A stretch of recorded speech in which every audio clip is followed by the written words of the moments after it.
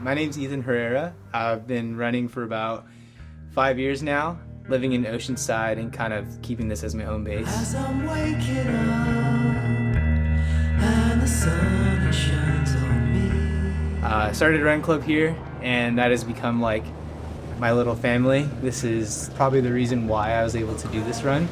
My whole crew is pretty much from this run club. And retired to the city.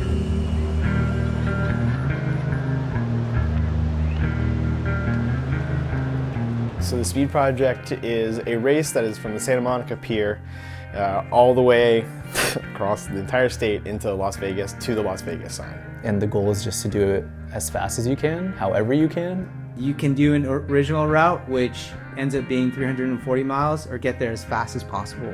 We took the fastest way possible, getting us there in 287 miles.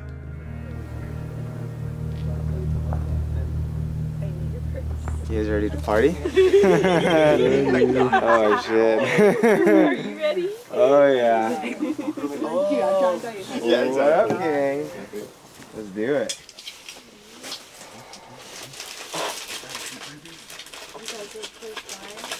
Yeah, I'm up there. Up the hill. We walked for 2 minutes. Oh boy, here we go.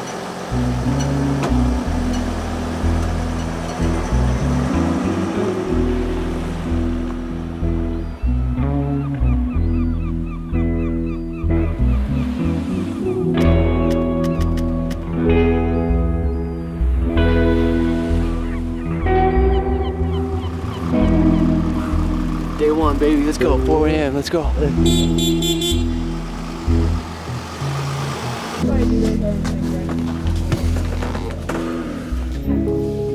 nerves are here.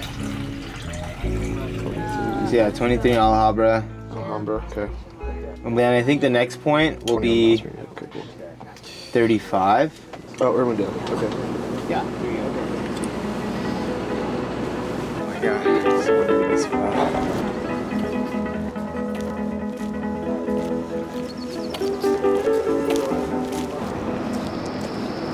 280 miles to go. Yep. I'm a little tired, guys. That walk was kind of fucked. You got a lot ahead of you. Oh no. Woo! Let's go.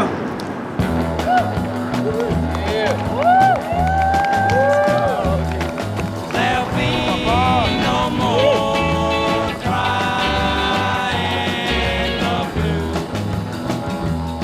I mean, you start in LA, in the city, LA County, and so you go from what would be like a road course through town, you know, streets and everything, to, you know, you go through the high desert and through sand, gravel, and then, you know, you're in Vegas, so it's just that all the way there once you get to that point. There'll be no more sleepless. We went from Costco parking lot. I think the next one might have been the CVS parking lot, then a McDonald's parking lot. One of like the last places we went to before the sun came down was like a park in a neighborhood. And it was weird because it felt like this wasn't as serious as we thought it was. It just felt weird to like be so locked in, but just be in like a regular hometown. I know it's you, but there'll be no more crying the blues.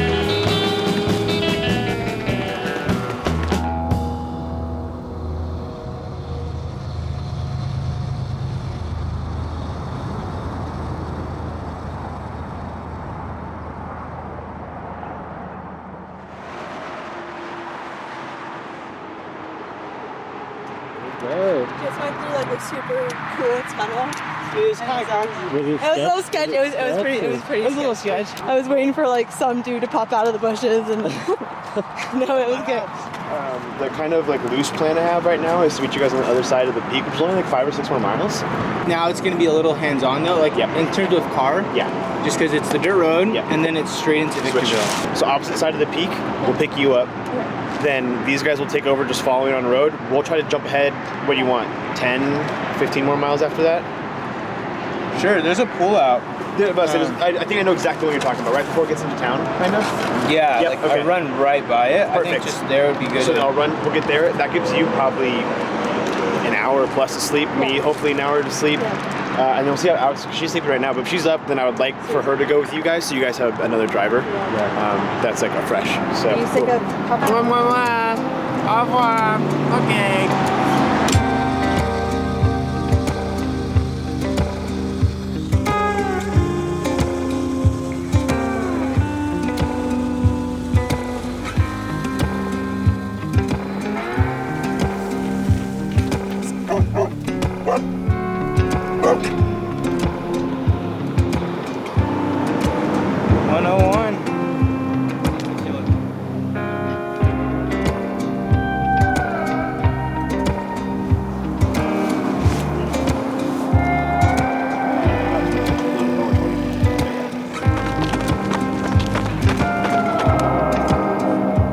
How's it feel if you find in the desert? Off the fucking roads, does it feel fucking incredible? It's so nice, but again, dude, that's sand. Tearing you guys up? You got me bad. Power lines is an infamous section of the speed project where you're literally just following the power lines that, as far as I know, connect the states, or it's just a big part of the grid at least. We couldn't take the RV through, I think, the beginning of what power lines was, which is basically just a 100-mile stretch of dirt and exactly what it sounds like, power lines buzzing above you for mile upon mile. This entire time, my legs and calves were just toast. Like at some points, walking was the most excruciating thing ever. I would like have to stop and sit down and use my poles to like roll my legs out. I felt like my body was just kind of over it with me. It was just giving me 1,000 signs to just stop, and anything and everything was hurting. Oh, terrible. Holy frick. When you're that tired, your brain starts to deteriorate to some degree. It's pretty common knowledge in ultras, in the middle of the night when you start seeing stuff. You know, there's sections where I literally just guided him. So he's looking at the floor and I'm holding onto his vest to make sure he runs in a straight line. And we would just do that for miles at a time, just so that way he could survive this next section and keeping him on pace and keeping him moving. Because in the middle of the night, all you want to do is sleep.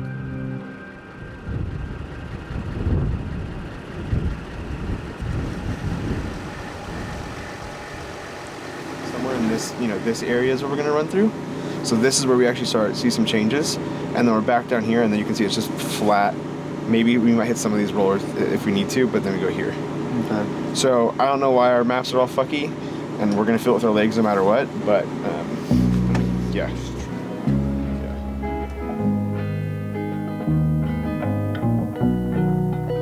This whole time I felt like I was by myself, and when I wasn't by myself, I had to like physically look at my crew and be like, you're here with me, you're suffering with me, like it's gonna be okay. But then immediately back to just suffering by myself. And it was just like this endless game of self-loathing, and this just like strong urge to just have a conversation with God came, and I was like, oh yeah, like I'm not alone. And even now I'm like just thinking about that moment. It was just like, it's crazy to have experienced just so much pain and like only survive based off of other people, and in this moment by myself like found peace, like finally. And it was just like, holy crap, I can breathe again. The second like I finished that thought, Nick came behind me. He was like, you ready? And I was like, yep, let's do it. From that moment on, we just started sessioning these hills, and like I felt zero pain in my legs. I was just having so much fun, like forgetting all the crap we went through. And it was just like in that moment. Beauty, beauty, beauty. There's nobody near me, there never was.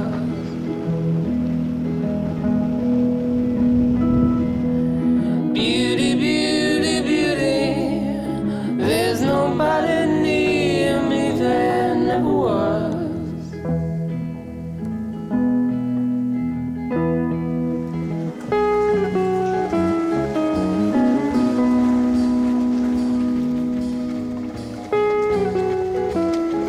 We were all expecting Ethan to just like, come back, reset, and then, really go for it. Just take a quick break so he can really like hammer just the last 7-ish miles of this 4-day-long escapade. He comes in, as Ethan does, like a bat out of hell, and doesn't even break stride to tell us he's not gonna stop. He's with his family and he just goes, I'm gonna keep going, I'll see you guys there. And he just goes. And it was like almost frantically like, we have to get through Vegas now with an RV.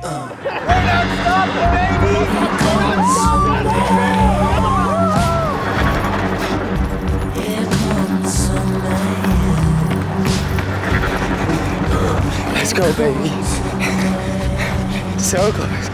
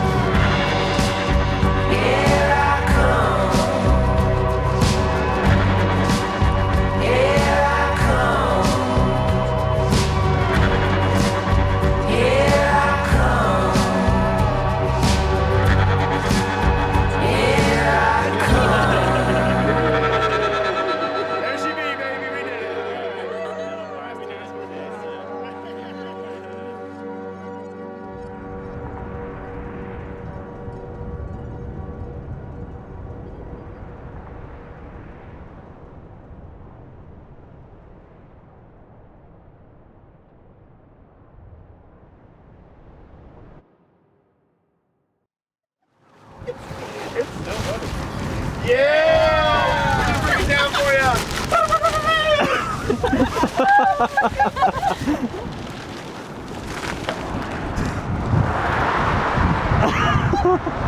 Okay. Is it following? Yeah. What was she yelling at you? To leave the dog alone. I was like, I'm trying. And she's like, it's private property. Chew gum. But last night on like the hike out, I was totally tripping balls, bro. Yeah, he was tripping apparently. Wait, really? The scariest one was just like, the impressions in the sand were just a bunch of like clown faces. Oh, really? I'm trying to see some I'm trying to see some toes, baby. Oh my god.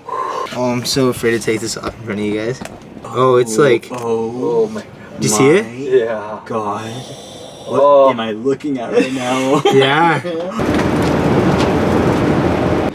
Oh, we will hang out for a minute, dude. I might change too, honestly, because like, Tight.